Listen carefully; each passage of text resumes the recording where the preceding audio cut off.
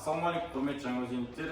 Біздің Жаңаөзен жастар ресурстық орталығының ұйымдастыруымен менің туым атты фото байқау болатын.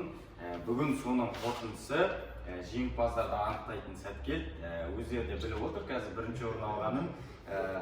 Қазақстан Республикасы мемлекеттік рәміздер күніне орай өткізілген менің туым атты фотосурет байқауына қатысып бірінші орын алған үшін Нұр Әлем ат спорт клубы марапатталады. Сыйлықтарыңыз. Телефон, блокнот, шайшық, өздеріңіздің әңгімелесу үшін клубтарыңызбен бөлісерсеңіздер болады.